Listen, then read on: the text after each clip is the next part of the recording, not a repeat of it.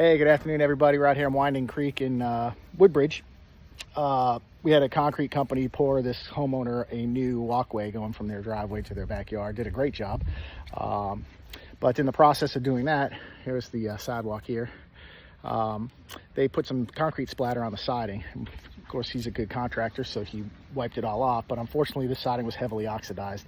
So as they were wiping off the concrete, they were removing oxidation and really made the siding look messed up. I'll put a picture for you to look at what it looked like before we got here. But my guy started the process of removing oxidation. So first step is to clean it of any organic matter and loose debris, pollen, things like that. So we've done that. We're letting that dry.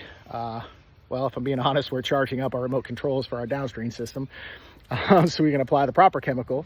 Oxidation removal requires a chemical like Cleansol BC, which is what we use. And we'll put that on. We dilute it 50-50 and then put it on the siding, let it dwell for a few minutes, and then we hand scrub. That loosens up all that oxidation that's caused by UV rays.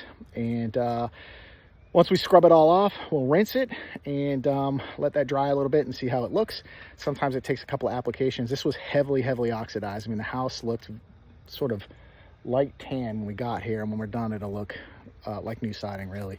So anyway, we'll show you the end of the process, but for now, here's what that house looked like before we got here.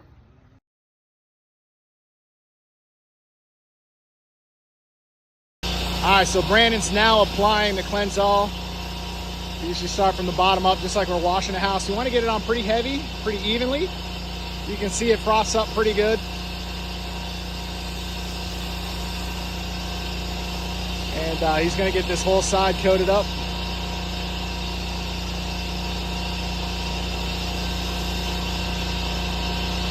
And once we're done with that, we'll manually scrub it. So we let it dwell for just a few minutes, and Brandon's starting to scrub, and you can see this oxidation just coming right off.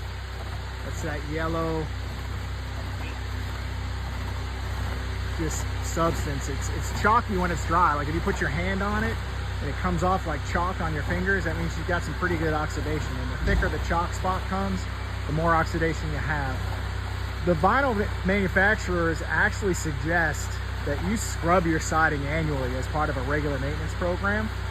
Obviously, very few homeowners do that, and to be honest, many don't even pressure wash or soft wash their houses to get rid of organic matter annually.